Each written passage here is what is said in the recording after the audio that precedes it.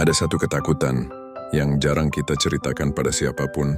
Bukan takut gagal, bukan takut tidak mampu, tapi takut kehilangan orang yang pelan-pelan menjadi rumah.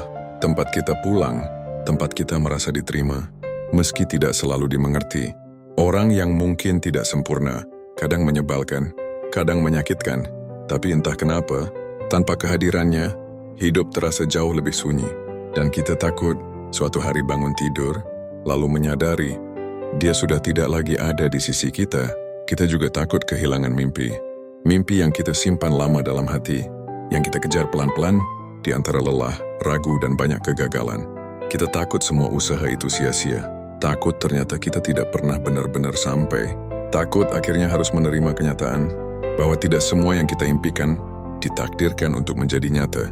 Dan ada satu ketakutan lain yang sering tidak kita sadari, takut kehilangan masa depan. Padahal masa depan itu bahkan belum pernah kita lihat, belum pernah kita sentuh, belum pernah kita pahami. Tapi kita sudah cemas lebih dulu, sudah takut lebih dulu, sudah lelah lebih dulu, hanya karena membayangkan hal-hal yang belum tentu terjadi.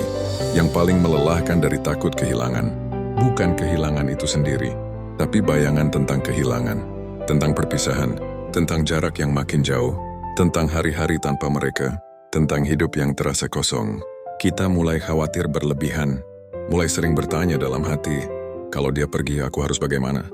Kalau semua ini berakhir aku masih punya apa? Kalau aku sendirian nanti, apa aku cukup kuat?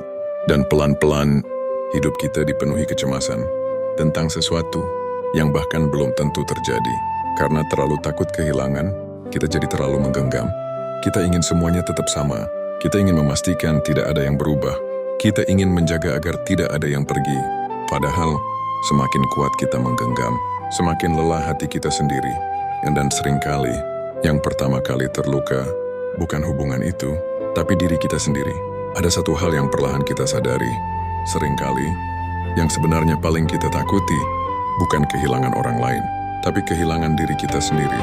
Kehilangan ketenangan, kehilangan rasa aman, kehilangan keyakinan bahwa kita akan baik-baik saja, meski suatu hari harus berjalan sendirian.